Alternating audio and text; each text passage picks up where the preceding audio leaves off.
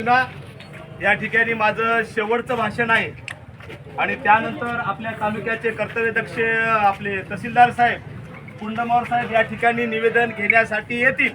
कारण लोकशाहीमध्ये जनता सर्वोच्च आहे म्हणून मधात कोणी जायचं नाही. जोपर्यंत तहसीलदार साहेब येते निवेदन घेणार नाही तोपर्यंत आपण हालायचं नाही. हा, एवढं सर्वांनी लक्षात घ्या. खास करून या आपल्या मोर्चाला ज्यांनी संरक्षण दिलं आपल्या हदगाव पोलीस स्टेशनचे कर्तव्यदक्ष अधिकारी पुरी साहेब आहेत. त्यांचं मी संबंध मोर्चाच्या वतीनं हे करतो की त्यांनी या ठिकाणी सहकार्य केलेलं आहे आणि मी या ठिकाणी काही विषय आपल्या समोर मांडणार आहे. थोडं कान धरून आपण सर्वांनी त्या शब्दाकडे लक्ष ठेवावं. मला माहित आहे मराठी सर्वांना समजते, सेवात आहे ना, मराठी का तो कोई प्रॉब्लेम नहीं है कि नहीं. कुछ गद्दार बोल रहे थे, अपने ही दलाल बोल रहे थे. कुछ गद्दार बोल रहे थे, कुछ अपने ही दलाल बोल रहे थे कि मोर्चा निकल नहीं सकता. बेटा जब तक बाबा साहब का संविधान है ना, रुकेगा क्या मोर्चा? नहीं रुकेगा. नहीं. मेरे बाबा साहब ने कॉन्स्टिट्यूशन पार्ट 3 में लिखा है, आर्टिकल है 1913, वो हमारा फंडामेंटल राइट है. जब तक बाबा साहब का संविधान है और मोर्चा तो छोड़ो, हमारा कोई बाल विभाग का कर. हम कानून मानने वाले, सही बात है कि नहीं? कानून सबके लिए बराबर है कि नहीं? है ना? देखो नाइंसाफी कैसी हो रही है. देखो जरा, मुझे आपके लिए एक शेर याद आ गया. हम लालच के लिए कभी नहीं मरते, हम लालच के लिए कभी नहीं मरते, सच्चाई के वास्ते कभी नहीं डरते. हम लालच के लिए कभी नहीं मरते, हम सच्चाई के लिए कभी नहीं डरते. अरे ये सच्चा मुसलमान है, ये सच्चा मुसलमान है. हम लालच के लिए कभी नहीं मरते, सच्चाई के लिए कभी नहीं डरते. हमारा नाता टीपू के तलवार से.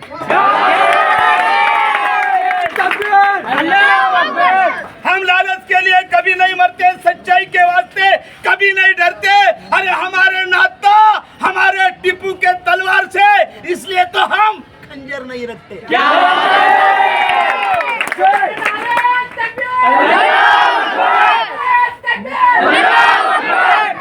ये मैं क्लियर कर रहा हूँ, ये जो मोर्चा है ना हमारा किसी रिलीजन के अपोज में नहीं है.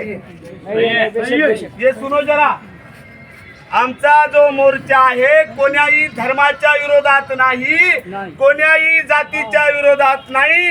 जे कोणी चुकीचं करेल त्याच्या विरोधात आहे. आपण सर्वांनी लक्षात घ्या. क्या बात है.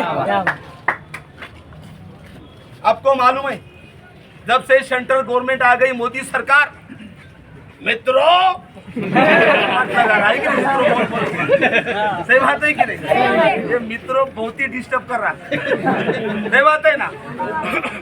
देखो जब से मोदी सरकार है, ये टारगेट मुस्लिम हो, एससी हो, एसटी हो. आपको मालूम होगा कल परसों सुप्रीम कोर्ट का जजमेंट, जो संविधान में नहीं लिखा वर्गीकरण का, सब जो मोदी चाहता है वही सुप्रीम कोर्ट मानता है. क्या दे रहा है? जजमेंट दे रहा है.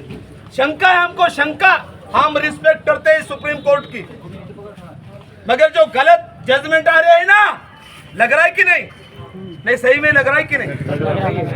देखो एक अपना हिजाब, ये हमारा धर्म का मामला है.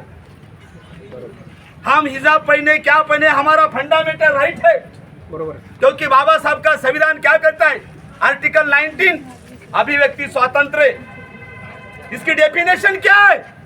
मैं क्या पहनूं, मैं क्या खाऊं, ये मेरा अधिकार है, कोई मुझे बोलने वाला नहीं है. मगर ये हमारे फंडामेंटल राइट को डिस्टर्ब कर रहे. कल परसों आपने सुनाऊंगा, एक कॉलेज था, उन्होंने हिजाब पे बंदी ला ली. सही बात है कि नहीं? मगर है कानून है, अभी भी जिंदा है. क्यों? कल परसों एक सुप्रीम कोर्ट का जजमेंट है, काबे जमणार नाही हिजाबबंदी, स्टे आणला काल परवा सुप्रीम कोर्टाने. देखो टारगेट मुस्लिमों को कैसा कर रहे. समान नागरिक कायदा, जो समान नागरिक कायदा की बात करता है उससे मैं कहना चाहता हूँ, बाबा साहब का कॉन्स्टिट्यूशन का पार्ट 3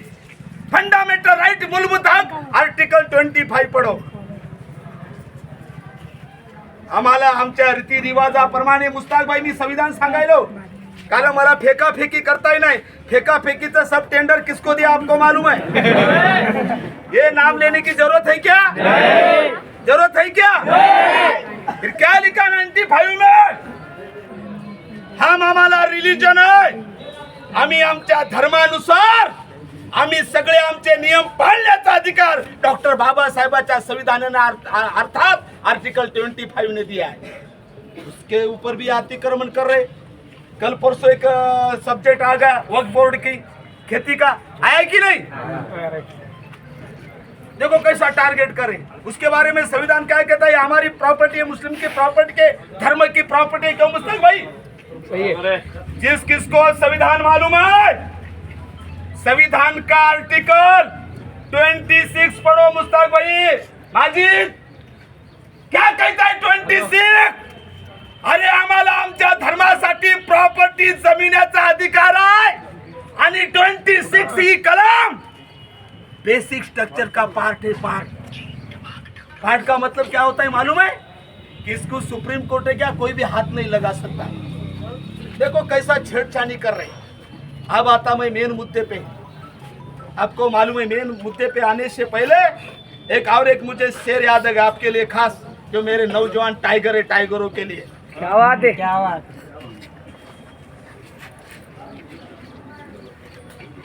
झूठ को हमने कभी दिमाग में नहीं पाला। अपने आवाज निकालना है। नहीं बाद में मैं ये लाइन आपको मालूम है, मैं जैसा हाथ करूंगा पावर से, हाँ 2 लाइन आपको मालूम है। झूठ को हमने कभी दिमाग में नहीं पाला, बुराई का कभी हमने खोला नहीं ताला। ये सच्चा मुसलमान है, सच्चाई के वास्ते कटेगा मगर झुकेगा नहीं, मगर झुकेगा नहीं, कटेगा मगर झुकेगा नहीं। सही बात है कि नहीं? सच्चाई के लिए, गलत के लिए नहीं। देखो मेन मुद्दे पे मैं अब अभी आता हूँ। आज का सब्जेक्ट जो है अपने हमारे अजहरी साहब, क्या हुआ रियलिटी में? देखो गद्दारी कैसी हुई, मैं पॉइंट टू पॉइंट बता रहा, मैं फेंक रहा नहीं। मैं मुस्ताक भाई सुनो जरा, मैं पॉइंट पे खाली मैं बात करने वाला हूँ। हमारे अजहरी साहब का गुजरात में एक स्पीच हुआ। देखो जैसा नाइंसाफी कैसे, मुसलमान बोले तो एससी हो या एसटी, स्पीच हो गया उनका। बाद में क्या हो गया मन में, उन्होंने एक शेर कहा। मैं शेर रिपीट करता हूं। मैं क्या कहा हमारे अजहरी साहब ने शेर में? कुछ देर की खामोशी है फिर शोर आएगा। कुछ देर की खामोशी है फिर शोर आएगा। आज कुत्तों का वक्त है, कुत्तों का वक्त है, कुत्तों का वक्त है, कुत्तों का वक्त है। आप सच्चे मुसलमान हो, इसका मुझे जवाब आप देना। सही में इसमें कुछ रिलीजन का नाम है क्या शेर में? नहीं है। बोलो नहीं है। किस धर्म का नाम है क्या? नहीं है। हिंदू का नाम है क्या? बौद्ध का नाम है क्या? सिख का नाम है क्या? पारसी का नाम है क्या? जात का नाम है क्या? का नाम है क्या? कोई नेता का नाम है क्या? राजकारणी का नाम है क्या? कमाल है कोई शेर में नहीं, खुद आंख पे ले रहे, खुद ऐसा देना नहीं है क्या? अध्यक्ष साहब इस शेर में है क्या? सही से बोलो, सब रिकॉर्ड करो, है क्या? नहीं। तो भी हमारे अजहरी साहब के ऊपर 153 बी म्हणे राष्ट्रीय एकात्मतेला तडा जाईल असं भाषण केलं। अरे सगळे देशले जे मुसर गद्दार होते ते पाकिस्तान झाले, इमानदार होते लक्षात घ्या। गद्दार भाग गए पाकिस्तान, मगर हमारा सच्चा मुसलमान ये देश में हिंदुस्तान जिंदाबाद, जिंदाबाद, जिंदाबाद, भारत जिंदाबाद, भारत देश जिंदाबाद, भारत देश जिंदाबाद, जिंदाबाद, जिंदाबाद, भारत का संविधान जिंदाबाद, जिंदाबाद, जिंदाबाद, भारत का संविधान जिंदाबाद। या देशाला स्वातंत्र्य मिळवण्यासाठी हिंदू, सिख, ईसाई, बौद्ध, जैन, पारसी यांनी जग रक्त सांडवलं। तेवढंच रक्त माझ्या मुस्लिम बांधवांनी सांगितले. म्हणून माझा दावा आहे, अबे एक वेळेस तुम्ही गद्दार होशाल या देशाला, पण या मातीत जन्मलेला, या माती सोबत माझा कोणताही मुसलमान केव्हाही गद्दारी करणार नाही, स्वाभिमानाने मी सांगतो.